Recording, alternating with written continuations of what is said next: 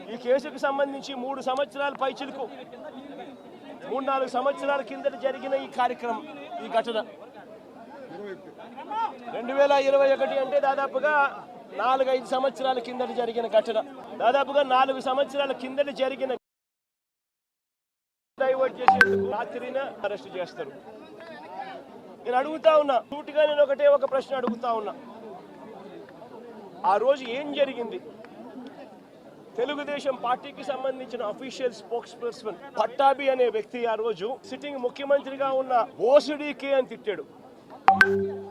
ఓసిడీకే అంటే ఏమిటో తెలుసా? తెలుగుదేశం పార్టీ కార్యాలయంలో తెలుగుదేశం పార్టీ అధికార ప్రతినిధి ముఖ్యమంత్రిని ఆ రోజు అన్న మాట లంజా కొడక అని.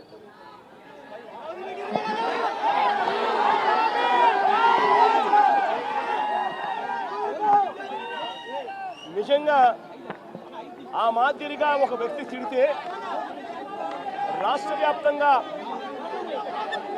ఆ ముఖ్యమంత్రిని ప్రేమించే వాళ్ళు, వైఎస్ఆర్ కాంగ్రెస్ పార్టీని అభిమానించే వాళ్ళు, రాష్ట్ర వ్యాప్తంగా ఉన్న వాళ్ళందరికీ కూడా కడుపు మండదా? ఎవరైనా చెబితేనే వాళ్ళు వచ్చి చేస్తారా?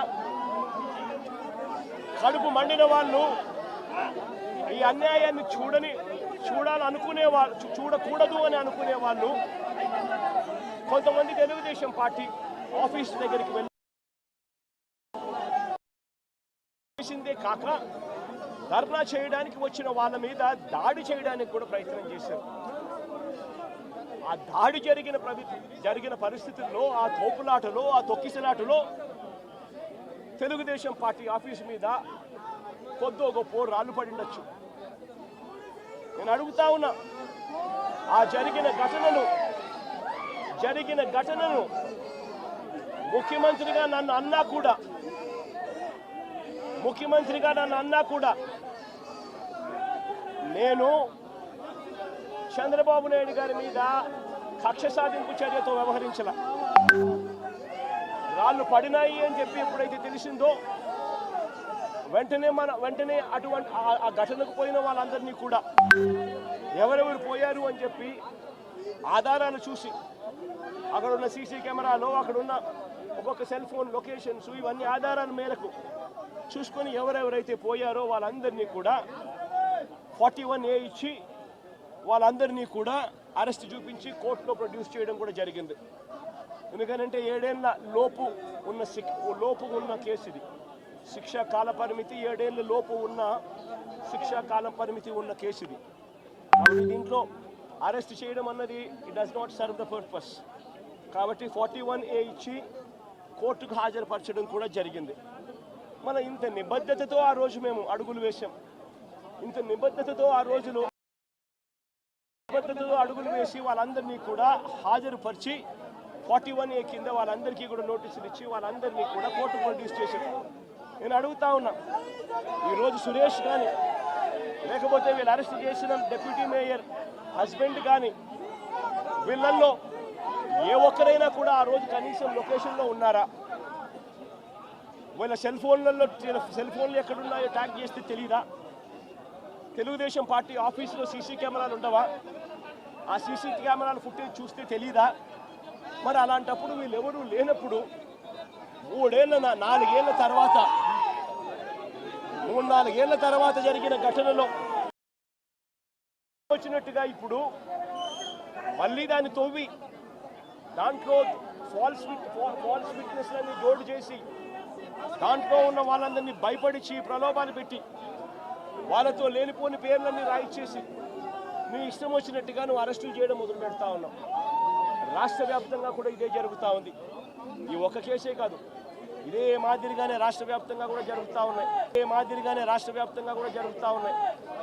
పోలీసులు ఏ స్థాయికి దిగజారిపోతా ఉన్నారు అనంటే, అటువంటి పాత కేసులలో కావాలని వీళ్ళే తప్పుడు సాక్ష్యాలు క్రియేట్ చేస్తూ ఉన్నారు.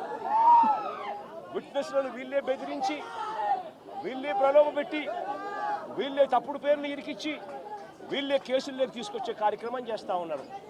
నేను అడుగుతా ఉన్నది ఒకటి, ఒక తప్పుడు సాంప్రదాయానికి మీరు నాంది పలుకుతా ఉన్నారు. ఇదే గన కొనసాగితే నేను చెప్తా ఉన్నా, మీ ప్రభుత్వం ఎల్లకాలం ఉండదు. మీ ప్రభుత్వం ప్రభుత్వం ఎల్లకాలం ఉండదు. ఒక తప్పుడు సాంప్రదాయానికి మీరు బీజం వేస్తా ఉన్నారు. ఇదే తప్పుడు సాంప్రదాయం ఒక సునామీ అవుతుంది. రేపొద్దున మీ నాయకులందరికీ కూడా ఇదే గతి పడుతుంది. ఇదే జైల్లోనే మీరంతా కూడా ఉంటారు. ఇది కూడా గమనించుకోండి అని చెప్తా ఉన్నా. ఒక తప్పుడు సాంప్రదాయానికి మీరు నాంది పలుకుతా ఉన్నారు. ఒక తప్పుడు పద్ధతికి మీరు నాంది పలుకుతా ఉన్నారు. మార్పు తెచ్చుకోకపోతే మాత్రం రెడ్ బుక్లు మీరు ఒక్కరే పెట్టుకుంటారని చెప్పి మీరు అనుకుంటున్నారేమో. రెడ్ బుక్ పెట్టుకోవడం అన్నది చాలా సులభమైన పని. రెడ్ బుక్ పెట్టుకోవడం అన్నది చాలా సులభమైన పని. నేను మనం మీ విలేకరు కృష్ణకి చెప్పి, కృష్ణ నువ్వు ఒక రెడ్ బుక్ మెయింటైన్ చేయంటే కృష్ణ కూడా మెయింటైన్ చేస్తాడు ఒక రెడ్ బుక్. నీ పేరేం పేరన్నా? రవికి చెప్పి, రవి నువ్వు ఒక రెడ్ బుక్ మెయింటైన్ చేయ రవి అని అంటే రవి కూడా మెయింటైన్ చేస్తాడు. అదే పెద్ద ఘనకార్యం కాదు, గొప్ప పని కాదు. ఆ తర్వాత రెడ్ బుక్లో పెట్టిన పేర్లన్నీ తీసుకొని వాళ్ళని ఇరికించడము, వాళ్ళ ఇళ్లను ధ్వంసం చేయడము, వాళ్ళ ఆస్తులను ధ్వంసం చేయడము, వాళ్ళ మీద దొంగ కేసులు పెట్టడము, ఇదే ఒక పరిపాలన కింద రాజ్యాధికారం చేయడం మొదలు పెడితే మాత్రం రాజ్యాధికారం ఎలా ఉంటుంది అని అంటే ఇప్పుడు చంద్రబాబు నాయుడు గారి పాలన ఎలా ఉందో అలా ఉంటుంది. చంద్రబాబు నాయుడు గారి ప్రభుత్వం వచ్చి 3-4 నెలలు కూడా కాయిపోలా. ఈ 3-4 నెలల్లో చంద్రబాబు నాయుడు గారి పరిపాలన ఎంత దారుణంగా ఉంది అని అంటే నిజంగా నాకు ఆశ్చర్యం కలిగించే విషయాలు. ఎంతటి దుర్మార్గంగా కేసులు పెడతా ఉన్నారు, ఎంత దుర్మార్గంగా పోలీసు వ్యవస్థను మీరు వాడుకుంటా ఉన్నారు. ఇవన్నీ గమనించమని చెప్పి ప్రజలను కోరుతా ఉన్నా. చంద్రబాబు నాయుడు గారికి ఇప్పటికైనా గట్టిగా చెప్తా ఉన్నా, అయ్యా చంద్రబాబు నాయుడు గారు చేసిన తప్పులు ఒప్పుకోండి, ప్రజలను క్షమాపణ అడగండి, అడిగి ప్రజలకు చేతనైన మంచి చేసే కార్యక్రమం చేయమని అడుగుతా ఉన్నా. ఇలా చేయకపోతే మీ పుట్టగతులు ఉండవు. వేగంగా మీ పాపాలన్నీ పండుతా ఉన్నాయి. శిశుపాలను పాపాల మాదిరిగా మీ పాపాలు చాలా వేగంగా పండుతా ఉన్నాయి. మీ ప్రభుత్వం నెక్స్ట్ ఎలక్షన్లలో సింగిల్ డిజిట్లు కూడా రాని పరిస్థితిలోకి మీ ప్రభుత్వం పోతుంది అన్నది కూడా ఇదే సందర్భంగా తెలియజేస్తా ఉన్నాను.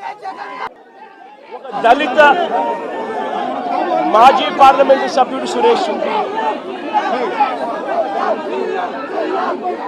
తనను ఏ రోజు అరెస్ట్ చేశారు? ఇదే మనిషి 4వ తారీఖున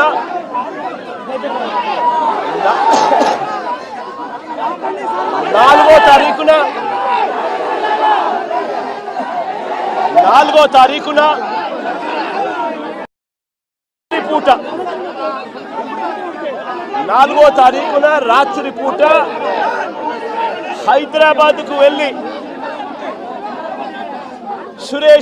సురేష్ను ఒక దళితుడిని, సురేష్ను ఒక ఎక్స్ ఎంపీని అరెస్ట్ చేశారు. నేను అడుగుతా ఉన్న, రాష్ట్రం అంతా కూడా వర్షాలతో అతలాకుతలం అవుతా ఉన్న పరిస్థితులు. విజయవాడలో చంద్రబాబు నాయుడు గారి వ్యవహార శైలిపై, ఎందుకంటే ఇక్కడ చంద్రబాబు నాయుడు గారు పూర్తిగా ఫెయిల్ అయిపోయిన పరిస్థితుల్లో, 60 మంది చనిపోయిన పరిస్థితుల్లో